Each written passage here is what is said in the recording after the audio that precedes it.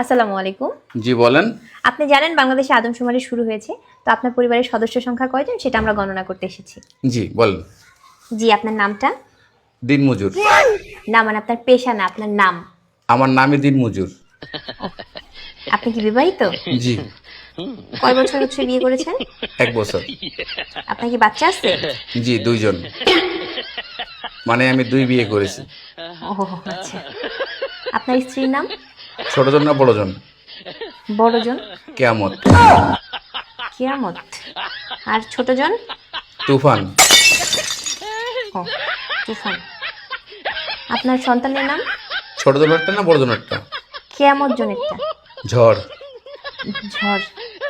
আর তুফানেরটা? Cedar. Cedar. জি, আপনার মূল্যবান সময় দেওয়ার জন্য আপনাকে ধন্যবাদ। আর লাগবে না? না না না, আর কিছু লাগবে না। আর কিছু লাগলে নিয়ে যান। না না, তাহলে ভিতরে সেটা চা খেয়ে যান। এখানে বেশিক্ষণ থাকলে সমস্যা আছে। না না না, আর কিছুই লাগবে না। আপনাকে অসংখ্য ধন্যবাদ, ভালো থাকবেন।